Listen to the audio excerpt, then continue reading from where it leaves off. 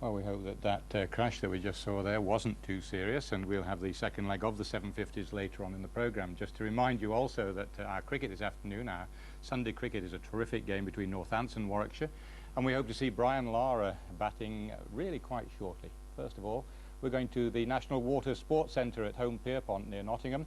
This is for our canoeing, the World Cup Slalom, the first of a 5-event series around the world. It's attracted around 300 competitors from 35 nations, the significance being that the World Championships are going to be held at Nottingham in a year's time. Let's go over now to Richard Fox and Julian Tutt. There are 4 classes for canoe slalom, the first 2 of which that we'll be seeing, the C1 or Canadian singles and the women's kayak. After qualifying rounds yesterday on a different course, the top 15 in each class race over a new course today, each competitor getting 2 runs with the best one to count. There are 23 gates, and a paddler's head and shoulders and part of the boat must pass between the poles. They get a 5-second penalty for hitting a pole, while missing a gate costs 50 seconds. The green and white poles are downstream gates, while the racers must go upstream through the red and white ones. Now from Croatia, Danko Herceg, 9th in the Olympic Games, 5th in last year's World Championship.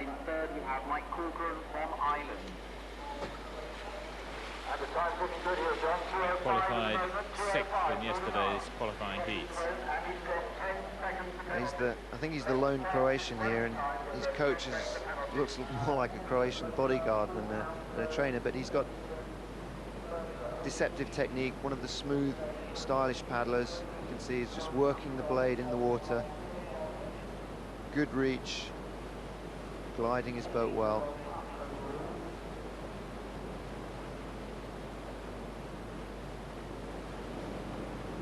Patient, waiting, timing, keeping the glide on the boat.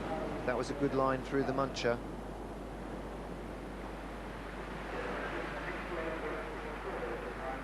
And he was tight in that upstream gate too. You can see his body stayed tight on that inside pole, and he kept the speed on the boat. This is where the paddlers really need to be working hard to close it down. There's about 25 seconds left to go.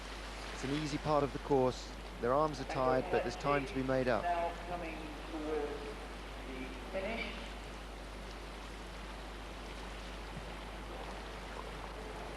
One of the last few gates seems to be quite well up on time here. Now just powering to the finish. This is a very good time indeed. Just a question of whether you know, it's clean, terrific. 2:01.75 takes the lead by 4 seconds. Danko Herceg.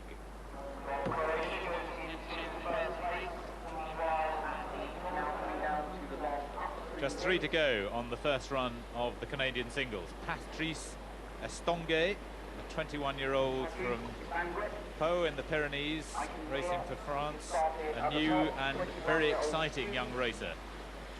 Yeah, Patrice is a great paddler, very smooth, waits for his strokes. He's got a different boat to the other ones, and see, comes into gate 9. It's very wide in the front if you compare that with other boats that we see, so it sits higher in the water. That was a good upstream gate 9. Gate 9 perhaps one of the most difficult upstream gates on this course, because it's set right on the stopper and it's very easy to get pushed well downstream if you're not careful. It looks deceptively easy, this is keeping his boat on line, and he's down a little bit on the split there, 0.8, but that's okay. He's still got the bottom half to make up on. Probably make up a second or 2 seconds with a very good run at the bottom. That was a tight upstream too. You can see the art of C1 paddling is to keep the glide on the boat, keep the front of the boat going in the direction you want to go. As soon as it comes off to one side, it's very hard to bring back because he's only got one paddle to work with.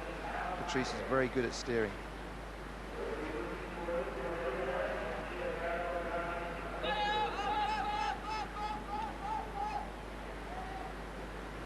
Noticeable that he's in a different C2 boat. Quite a lot of them sits higher in the water, and this is a good run outside, only just. Hercheg's time, and a clean run as well. Second place for Estongue, very good indeed.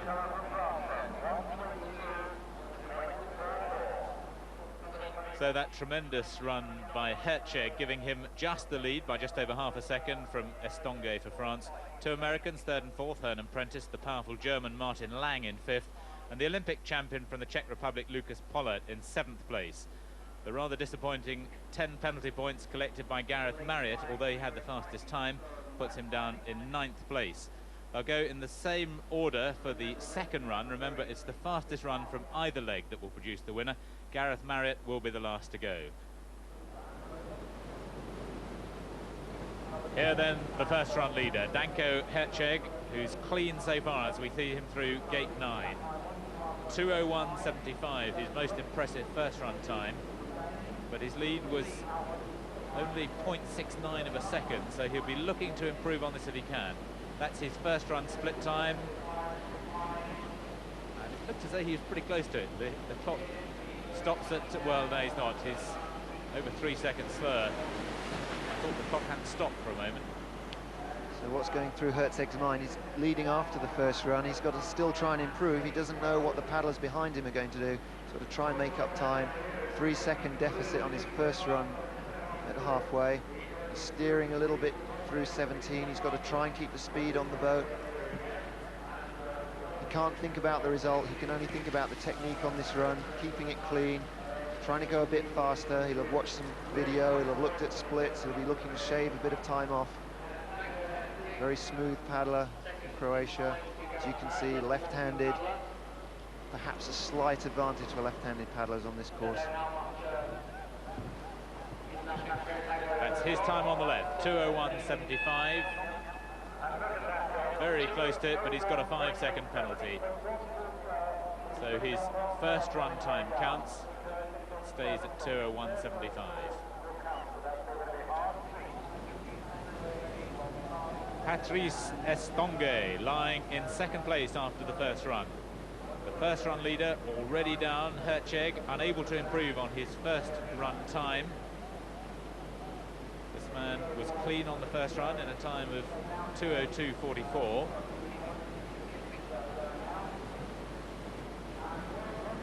He's clean on this second run, but he's a second and a quarter slower than Hercheg's first run split time, so he's got a lot of work to do. He's got to pick it up now and really go for it. He's lying second after the first runs. Nothing to lose here. He's got to tighten it up. Fast, aggressive upstream.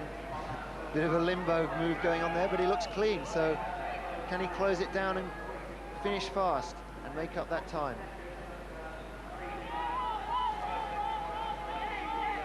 Patrice has got an interesting boat. It's got a lot more volume in the bow than the other competitors. Sits higher in the water. Nice smooth stroke there, stroking it out on his offside.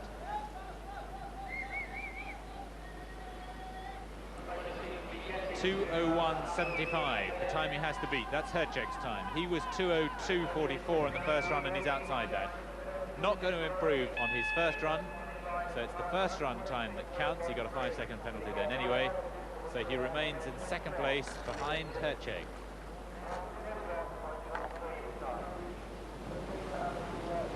The man lying in third place after the first run, one of the great veterans of the sport, David Hearn from Maryland, 35 years old,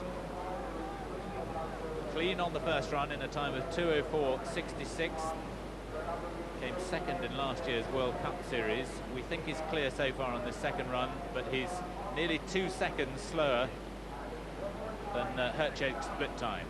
And he might have picked up a 5 on gate 9, difficult to tell, but I thought he hit that. And we've had that confirmed. It's difficult on the second run for these paddlers. It's the third day of racing here, practice runs, qualifying runs. They're tired, it's hard, mentally and physically. We're seeing more mistakes. Hearn lying in third after the first runs. I think he'll have to settle for that.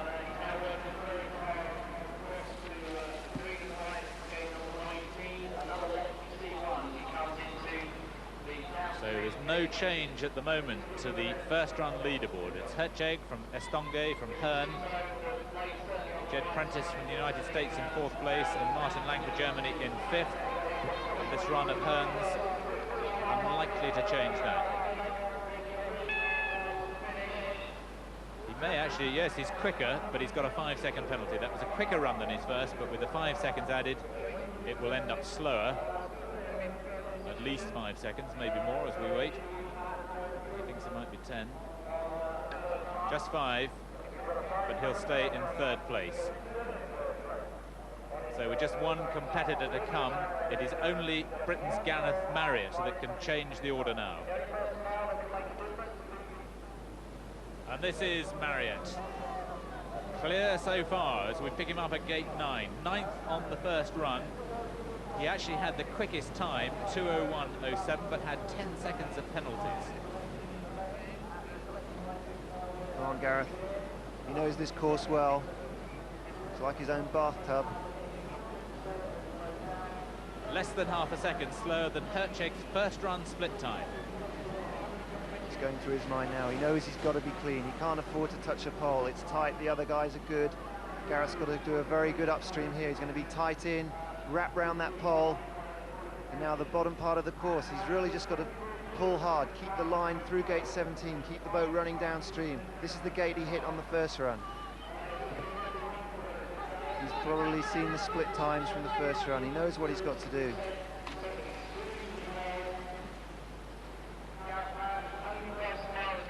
Britain's Olympic silver medalist. A time of 2:11.07 with the 10 seconds of penalties on the first run. So provided he's remained clean, and we think he has, he's certainly going to be better than that. This is close. 2:01.75 to beat. Very close. Oh, by 500ths, he's outside. A clean run into 2nd place for Marriott. So close. Tremendous second run. Fine performance, and look how close that is. Just 500ths of a second behind Hercheg. That's an excellent run from Gareth. One in the bank. It's hard to come back from 15 penalties on the first run. And I think he'll be happy with that 2nd place. Remember, it's a World Cup series of 5 events. Next year, the World Championships, and in 2 years, the Olympics. It's good to see Gareth getting one in there and being on the podium. So it's only that superb motorcycling for you after our canoeing. That's in about half an hour, but let's get back to the World Cup slalom at Home Pierpont near Nottingham. Remember, the World Championships are to be held in Nottingham next year. Let's go back to Julian Tutt. And so to the first run of the women's kayak. They compete over exactly the same course. They too have 2 runs with the best one to count. With me in the commentary box is Melvyn Jones, Britain's reigning world bronze medalist, who unfortunately hasn't made the British team this year, came 5th in the national selection races, so he can be here with me today. The British number 1, 23-year-old, originally from Hull, now just finished an economics degree at Nottingham University, Lynn Simpson. Simpson again, home waters. She's here at university studying in Nottingham, training with the elite squad here with Alan Edge, the coach, and some of the kayak guys, which obviously did well in qualification yesterday. Very aggressive girl, Lynn, and a very promising future.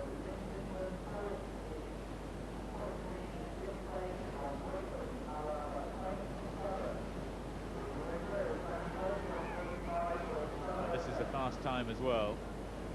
The clock not stopping, but clearly she is ahead of Dana Klardek's split time. Klardek not the quickest to the finish, but she has the fastest overall time, having had a clean run. You can see Lynn gritting her teeth there. It's just showing how much effort she's putting into it, and an excellent upstream in 16. She would have gained a lot of seconds there, a lot of time there, keeping the boat running down through gate 17. She's on a very good run so far. Improved tremendously over the last couple of seasons. She was 10th in the Olympic Games, 5th in last year's World Championships, and she won 3 of last year's World Cup races, 3 of the 5. Lynn gaining in confidence all the time, and with the results like that, then it's obvious that that's possible. Coming down into the finish line now, she's definitely onto a good run. Just wait to see the time. Oh, she streaks ahead. 2:09.83, superb run, and it's clean as well. That's the leader's run by a distance. Lynn Simpson for Great Britain.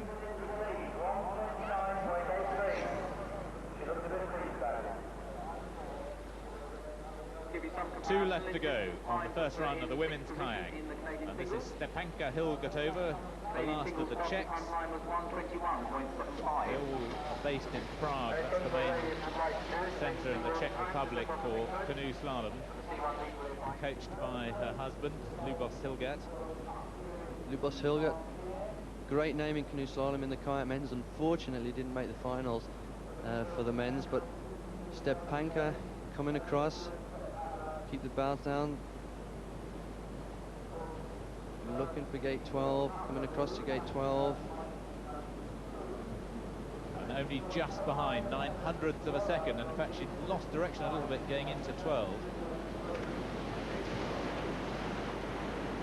Prague, a great centre for the Czechs, where they for training facilities like we have in Nottingham, like the Germans have in Augsburg. Prague is the place to be in Czechia.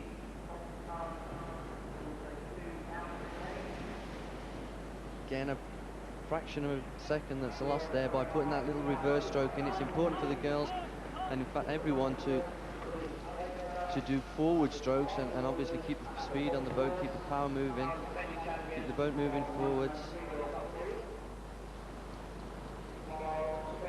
In and out of gate 20 very, very quickly, 21, sorry.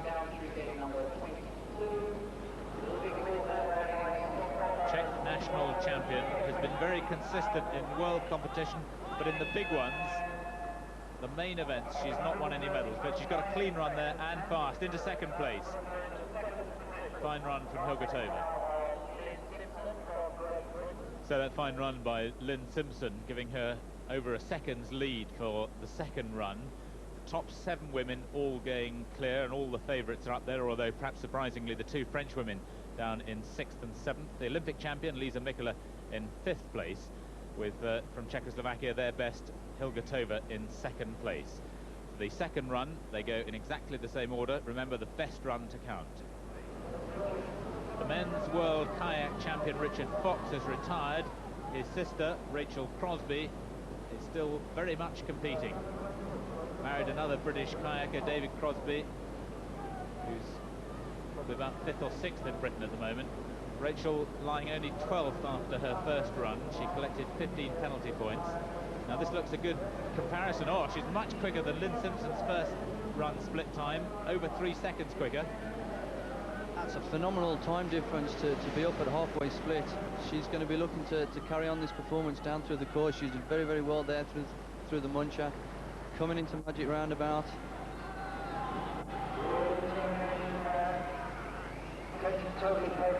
Lynn's a physiotherapist, works in Nottingham at the General Hospital, trains on this water, just like Lynn, knows it really well, which has to be a big advantage. Great determination there, and the look of Rachel's eyes.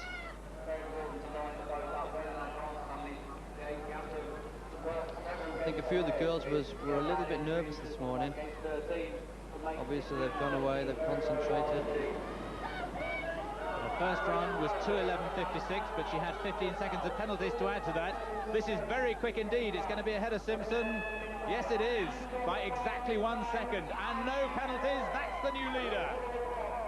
Excellent result for Great Britain, Rachel Fox. The Fox family does it again. They really are a canoeing dynasty. Lynn Simpson already underway and collects a 5-second penalty.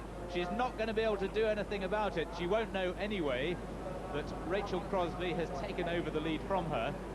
She may have had her suspicions that she needed to go quicker, but having had that very good first run, she'd have been striving to knock little fractions of a second off this time, and she strived too hard. In fact, she's slower anyway than that new split time of Rachel Crosby's. With a 5-second penalty, I'm afraid we're going to be looking at Lynn's first run too. She's still going to be holding on to second place at the moment. 3 girls left to come.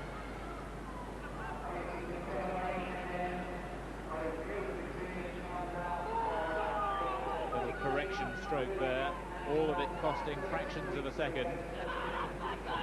Rachel Crosby has taken over her lead. Lynn Simpson lying in second place by virtue of her first run.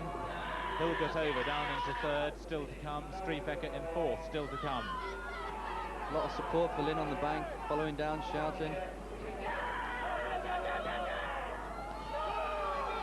Immense determination. It's a fast run, and indeed with that, just if it's only one penalty, and it is, that was very quick. 2:11:59 is actually slower than her first run. It is her first run that counts, and that puts her in second place behind Rachel Crosby.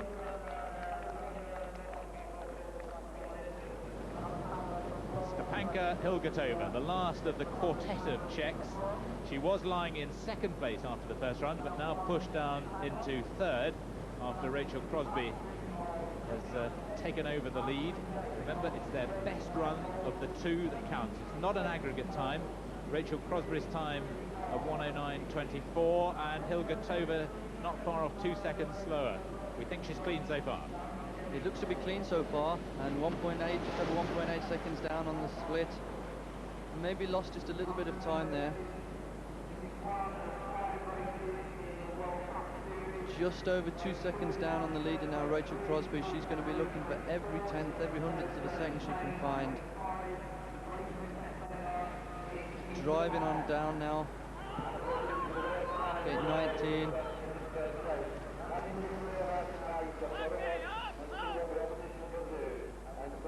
Setting herself up through 20. Approaching 21. It's a good upstream into 21. Now the last two gates on the course. She looks as though she's quite quick through the finish. 2:08:83. She's certainly gained a bit of time through the closing gates. Oh, and that's brilliant. Very quick over the second part of the course, if she's clean. She's only just outside Rachel Crosby's time. She may have split the Britons.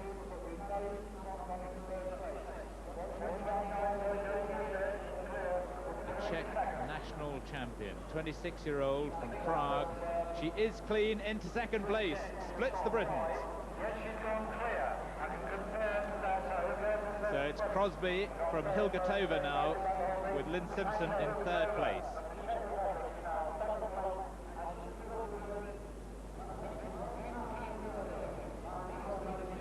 And that's how it stands with the last competitor on the course, Cordula Striepeke. She was lying in third place after the first run. She's going to need to improve on that time if she wants to stay in the medals. Cordula looking clean at the moment. Coach Klaus Poland from Augsburg, the artificial slalom course, and the site of the Olympic Games in '72. 1.92 seconds down on the split time. She's going to be looking for a little bit of time at the bottom, clear through the stopper.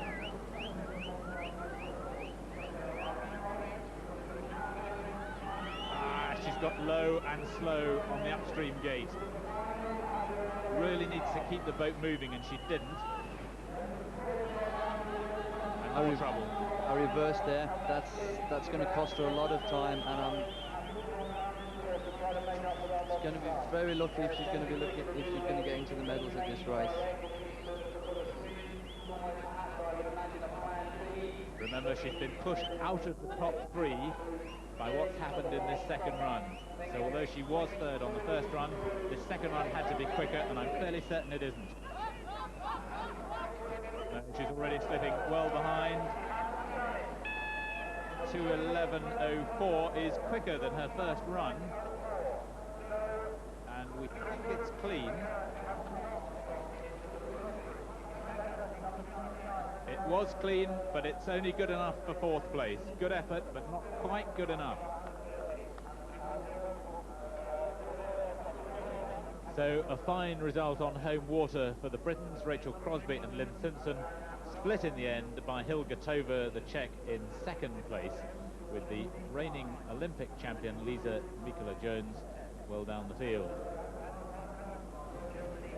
Now the C2 or Canadian doubles can provide some spectacular racing, with two kneeling paddlers having to work in perfect harmony to steer a clean course through the 23 gates. Remember, it's the best run from the two that counts, and with me again in the commentary box is the world bronze medalist Melvin Jones. Barrow and Schrammer from Germany.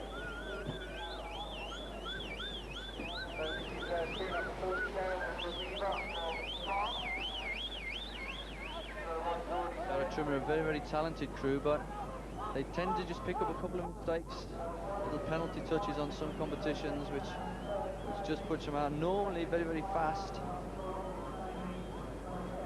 but can't afford the little penalties that sometimes they pick up through the course.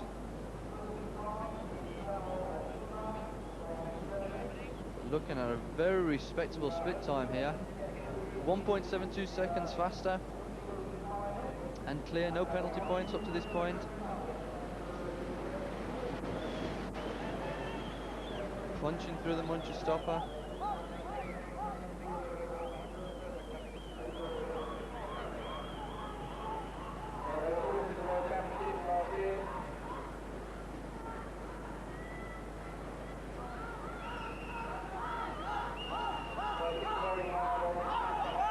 Through the offset, 17-18, down through the angle gate at 19.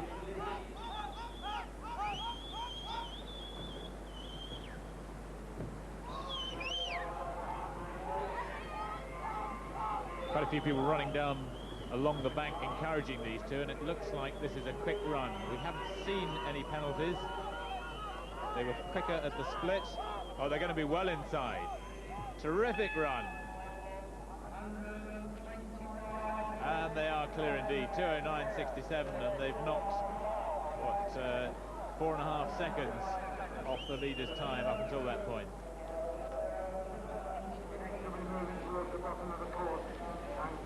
Frank Addison and Wilfried Paul from France. The Olympic bronze medalists, quickest in qualifying yesterday. Short, sharp strokes at the beginning. Very aggressive style, powering down, driving into gate 3. Picking them up a little bit low down the course into gate 9. Out of gate 9. This is the first year that they've actually trained together. One lived in Toulouse, one in Lyon. Meeting at weekends and training camps. This looks very quick. Oh, it is. 2.25 seconds up. Can't make any mistakes now. They have that time, but they still need to keep it together.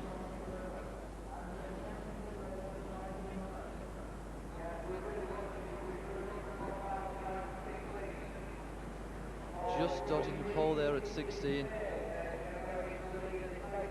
And again at 17, they're losing a little bit of time there, but it's obviously necessary to keep clean. We've seen if people get the penalties, then we see how they're very costly and drop them down the result sheet.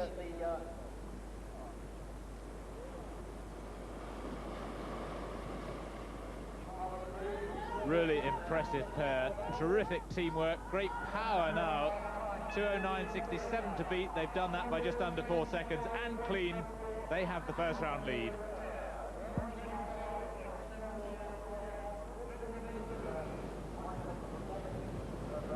Kolomansky and Staniszewski, 6 on the first run. They're clean so far with their second run as they turn up through gate 10.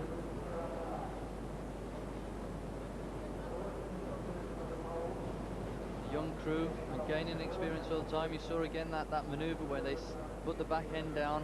Bows are very, very high. Just over 2 3/4 seconds down on the leading time, and that's quite respectable. They could pick that up at the bottom. Necessary for them not to make any mistakes at the moment.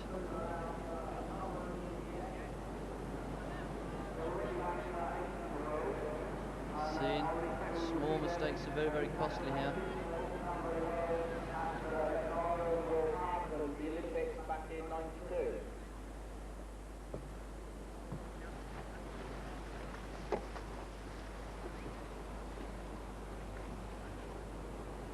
They're now coming down towards the finish, but just starting at the top, Simek and Lauren from the Czech Republic. Poles should be set at they're 6 inches above the water. 1 or 2 might be a little bit higher where it's really under the boiling water and where it tends to surge a bit. But this is a very much better run from Kolomansky and Staniszewski. Clean in 2:10.94, and they're up into third. Well, the top Canadian doubles pairs making it look very easy, but it's not always quite as easy as that, as Elliot Weintraub and Marty McCormack demonstrated. Life can be a bit unpredictable in a C2. So it's the first run of Addison and Fogg that's good enough to give them victory in the Canadian doubles. Berra and Trummer's first run also their better, but that fine second run from Kolomansky and Staniszewski pushing Simek and Rohan down into 4th place. The British pair, incidentally, of Pitt and Miller, ended up in 9th place. Men's kayak is the most closely contested of the canoe slalom classes. A number of the world's top kayakers failed to get through yesterday's qualifying round, and with such close competition, anyone collecting a 5-second penalty will be out of contention. Britain has 3 men through to the final, despite the retirement of the reigning 5-times world champion Richard Fox, who I'm delighted to say is with me in the box. The first of 3 Britons, Ian Raspin, 27 now, and has improved tremendously over the last season or two. Well, Raspin must be spurred on by the performances of Gareth, Marriott, Lynn Simpson, Rachel Crosby earlier on today. It's a home course, he knows it very well. Very tight line in and out of 9.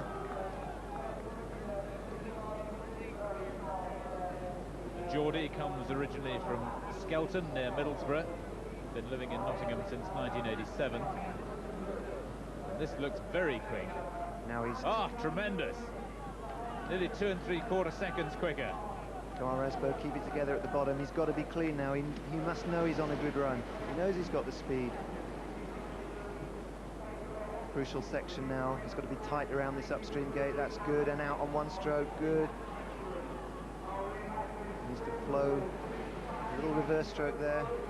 Slow. That will have slowed him up just a touch. Now sponsored by Teesside, where a new artificial course is being built, due to be opened later this year.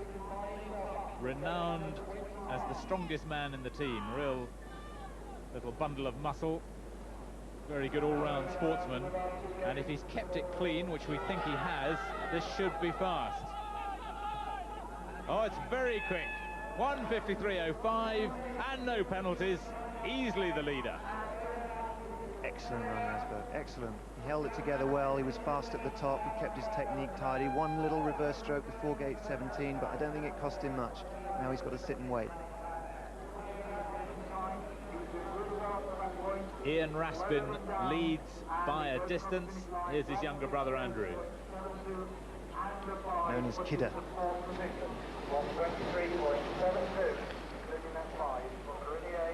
Teesside's second favourite son. I wonder if he knows Ian's first run time.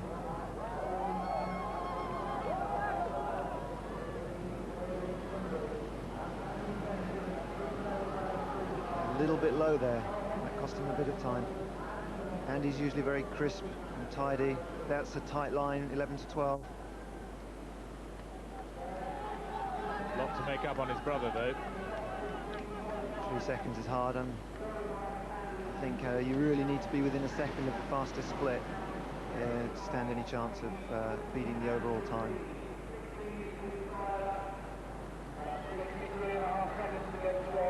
And you can see him shrugging around the poles. That was a good line through 17. If he can finish this off well, he could be in with a chance. He's clean so far, I think.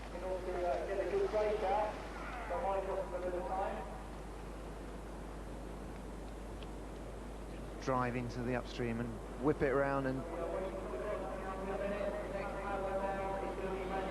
jump. You can see him lifting off as he comes through to the finish. He's done well at the end, made up a little, and clean as well, just about 2 seconds slow, and Raspin's 1 and 2. Look at him, he's happy with that. That's excellent.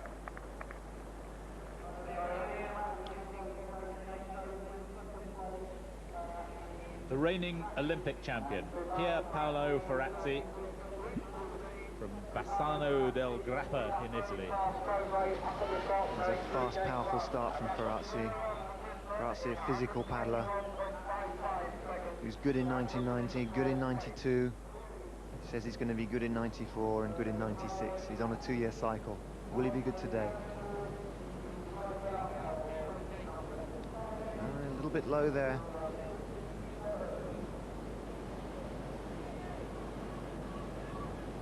Well, he was quick until that point, but he made a mess of that. I think that cost him at least a second. He got pushed wide by that cross current now, and that will have taken a lot of energy up too. Bit tight, and he might just have clipped that with his back. Ferrazzi, another paddler who is always close to the poles, shrugging, ducking and diving. But I would expect him, once he gets his boat back online here, to be fast at the bottom of the course. You can see his rate is pulling hard there. Look at that effort going there, much faster than the paddlers we've seen so far. But does he have a 5, and will he be able to make up that deficit from the top of the course?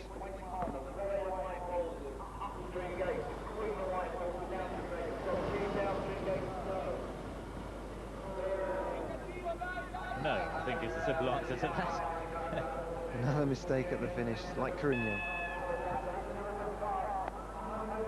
Well, that's still remarkably good, considering. And it's the clear runs that are all getting into the top. We've got 5 of them now, and they're all in the top 5. This is the one, Sean Pearce, world champion in 1991. Failed to make the British team for the Olympic Games, and has made tremendous technical improvements since then. Sean has said he's nervous, but when he's nervous he paddles well. Gives himself a little bit of space around there. Yesterday was so impressive in qualifying, very safe. He hates hitting poles. They call him Mr. Angry. And he's working hard. You'll see him. That's manageable. He's a fast finisher. He's got the arms on him. Said earlier that Ian Raspin was the strong man in the team. Sean might dispute that. Took a good line through there. And he's going to be very tight in and around this gate. That was his strategy. Look at that. Pulled and out. Look at him lift the front of the boat. Fighting a little bit through that gate. Now he's going to turn it on. Like Ferrazzi. Head down. There's a few horsepower there.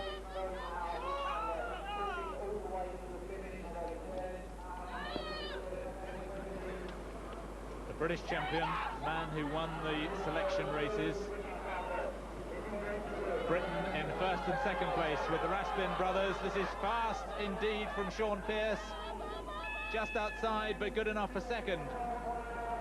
Clean as well, 1:54, and Britain had the top 3 places at the end of the first run. 1 down, 1 to go. Good run from Sean there. Look at him. But there's more to come from him, I think. Well, what a terrific sight that is. 3 Britons at the top of the leaderboard after the first run. The top 8 all going clean, but it's Raspin, Pearce and Raspin who currently hold the lead. Remember, they go in the same order on the second run, and it's the best time from either run that will find the eventual winner. Oliver Fix from Germany. Another man from Augsburg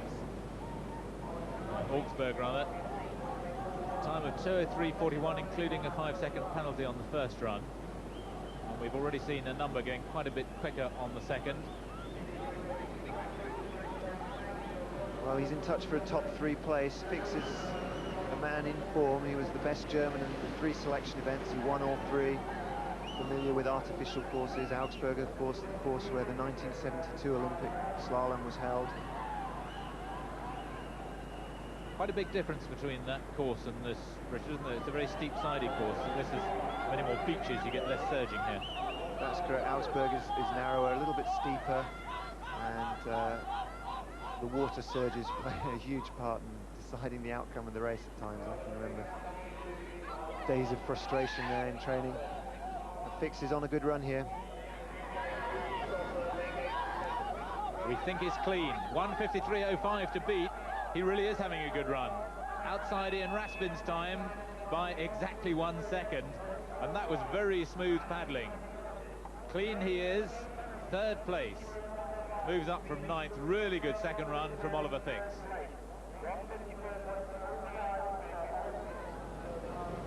The first run leader, Ian Raspin, Great Britain, lying 1, 2 and 3. They're still there, about halfway through the second run.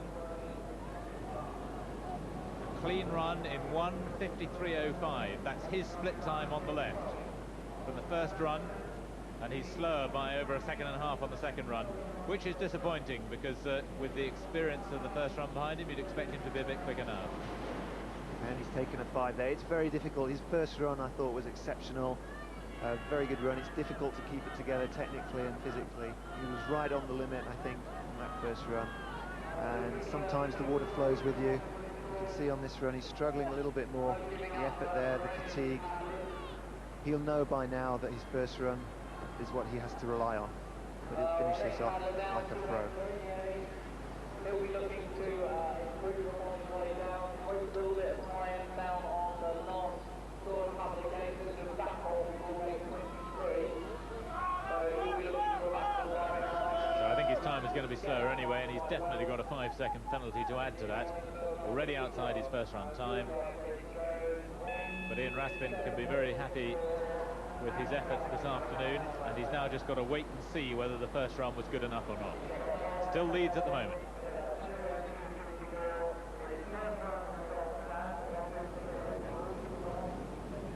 The younger Raspin, as near as, damn it, 2 seconds slower than his elder brother on the first run. Brother Ian has already made a mess of his second run, and Andrew looked as though he was struggling as he came upstream through 10. He's been pushed down into fourth. He was 3 seconds down on Ian's split on his first run. He's over 3 seconds down there. He's really got to tighten it up. Good jump through there. He kept his boat dry, kept the speed on it. That's vital. A disaster there. He hit the gate as he, on his way in, had to wait. 5-second penalty and lost time. He's going to have to sit back and hope that his first run keeps him in the top 5.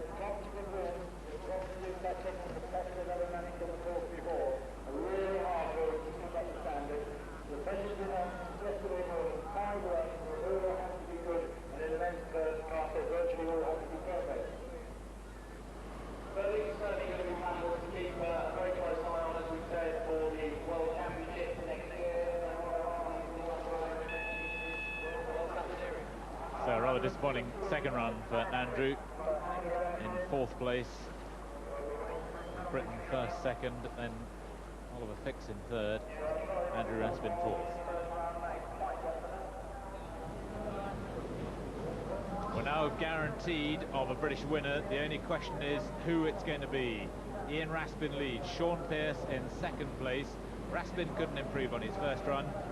Pearce was clear until that point, but he may just have clipped one of those upstream poles. But he's fast. Look at that split time. He's coming through there. 0.01 outside. That's incredible. He'll be going for speed. If he did hit 9, I'm sure he knows about it.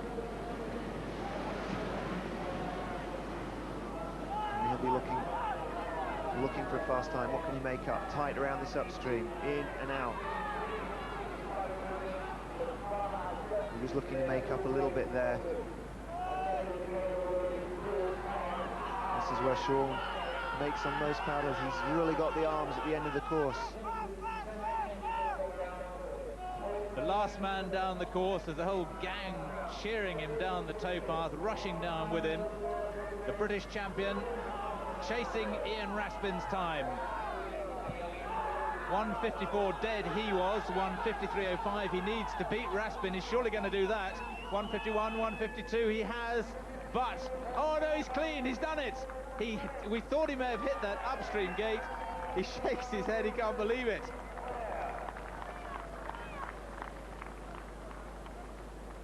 Well, in fact, the judges have changed their minds after that moment of drama. Sean Pearce is not going to be the winner because, as we suspected, gate 9 proved problematic. He just touched the inside pole there.